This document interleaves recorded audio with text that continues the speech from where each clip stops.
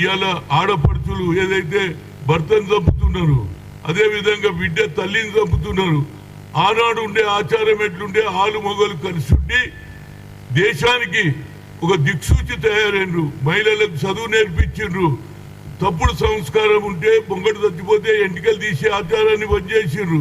అదేవిధంగా బావుల దగ్గరికి నీళ్లకు రానికుంటే ఈ అన్టచబిలిటీని కూడా దూరం చేసిండ్రు. అలాంటి ఆలోచన ప్రతి ఒక్కరికి కలవాలని అందులో ఎన్ఎస్ఏ యూత్ కాంగ్రెస్ వాళ్ళు కూడా దీంట్లో గ్రామాలలో సెమినార్లు పెట్టాలి.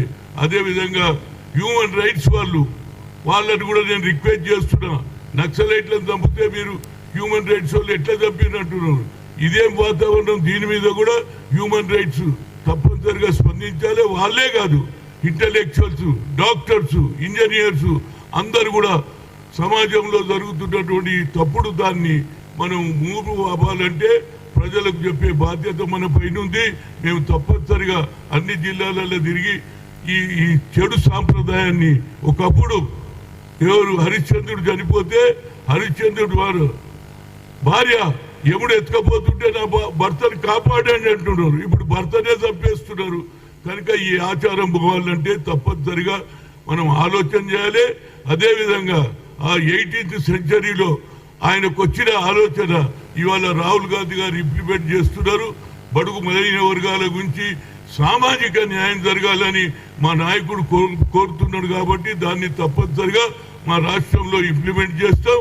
అదేవిధంగా #1 సిటీ కావాలంటే ఈ చెడు సాంప్రదాయాన్ని కూడా తప్పనిసరిగా దూరం చేసేసి ఇలాంటి వాతావరణాన్ని చెడగొట్టొద్దని, మహిళలకు ఉండే గౌరవం మనకు ఉండాలి, మగవాళ్ళకు ఉండే గౌరవం ఉండాలి, భార్యాభర్తలు కలిసి ఉండాలి, పిల్లలు కూడా తల్లి మీద ప్రేమ చూపించాలి, భార్యాభర్త మీద ప్రేమ ఇద్దరు కలిసి ఉన్నప్పుడే సంసారం బాగుంటుంది. లేకపోతే తల్లిదండ్రులకే చంపేస్తే, తండ్రినే చంపేస్తుంటే పిల్లల భవిష్యత్తు ఏం కావాలి? వాళ్ళు కూడా రేపు పెళ్లి అవుతుంది. ఇదే విధంగా ఏదైతే లవ్ అఫేర్స్ జరుగుతుందో ఈ లవ్ అఫేర్స్ పక్కకు పెట్టి ఆలోచన చేయండి. మీ లవ్ అఫేర్ తెలియకుంటే కావాలంటే మీరు పెళ్లి చేసుకోండి.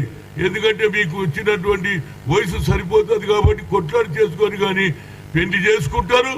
తర్వాత భర్తను ఏ విధంగా చంపాలని మహిళలే అయ్యేదో పెళ్లి చేసుకుని ఆడపడిచే స్కెచ్ చేసే వాతావరణం నేను చూడలేదు.